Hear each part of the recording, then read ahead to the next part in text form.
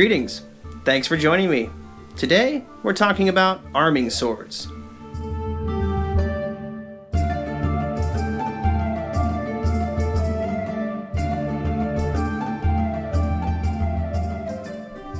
The arming sword, another iconic Middle Ages weapon, also referred to as a knightly sword or a short sword. This type of sword was used throughout most of the Middle Ages and was implemented by both civilians and militaries. Arming swords are typically defined as single-handed swords that have both cut and thrust abilities. Arming swords do vary quite a bit throughout their centuries of development. Their development was rather fluid alongside the increasing use of different types of armor, making these need to lend themselves to slight modifications throughout their age. As most of the weapons of the Middle Ages, they ranged from utilitarian to highly decorated. Let's take a quick look at some of the depictions of the arming sword in use. Enjoy!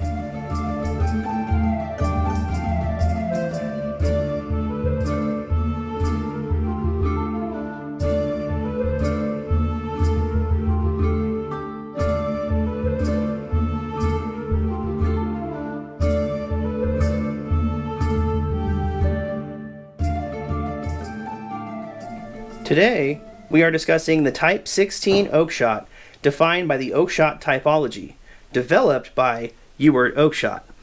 This type dates from the 1300s. I'd now like to share a quote from myarmory.com, a priceless resource in medieval history, specializing in arms and armor. Quote, "The Type 16 is the first of Oakshot's categories to have a balanced, effective mix of cutting and thrusting abilities. The blade's lower portion retains the width and fuller cross-section seen in the types 10 through 14 for devastating cuts. The upper portion of the blade has a diamond cross-section and an acutely pointed tip that we see on the type 15 swords, creating a stiff, reinforced tip area for thrusting. This combination of qualities yielded a very versatile weapon capable of inflicting heavy damage on opponents clad in a variety of defensive armor, from mail to plate." Once again, that was from myarmory.com. Let's now take a look at a few of the historical examples from the royal armories.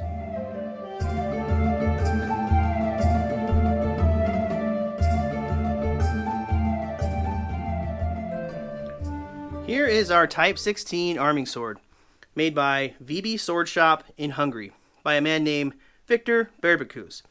I purchased this from Purple Heart Armory in the United States. Their website is woodenswords.com. As for the dimensions, it is 2 pounds 12 ounces, 1,247 grams, right on point with historical examples.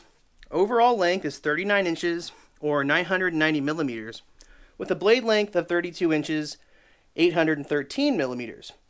The steel is made of 51 CRV4 carbon steel, and the cross-section and pommel are made of mild steel. So you do occasionally have to clean these up. They will rust and oxidize a bit. Not really a big deal. The edges are nice and thick, and this is referred to by Purple Heart Armory as their tournament short sword. Has a great mixture of flex and stiffness, and it is just a great training tool. Let's see how this fares with a pair of sparring gloves. So here we are in a pair of Spec Heavies, the V2 version with the reinforced thumb. Does leave me quite a bit of room for the handshake grip. That's the real deal breaker with this. Switching to a thumb grip, not hard to do. These still need some breaking in, but this is exactly what you're really going to want, and this would be a great thing to take to tournament for sword and buckler. For a utilitarian style sword, I quite like this. It has all the historical aesthetics you want and everything you need to do HEMA sparring. Very, very happy with this. And for under $200, you're really killing the game. Please do check out VB Sword Shop and woodenswords.com. If you're in the United States, I believe they are the United States distributor, woodenswords.com, and you can also go through them direct. They have a wide range of weapons. I also have their fetter. So maybe I'll do a review of that at some point, and a little bit of history of training fetters. Once again, thanks for joining me. I hope this information was helpful. I look forward to seeing you guys all again in future videos. Please be sure to like and subscribe. Thank you.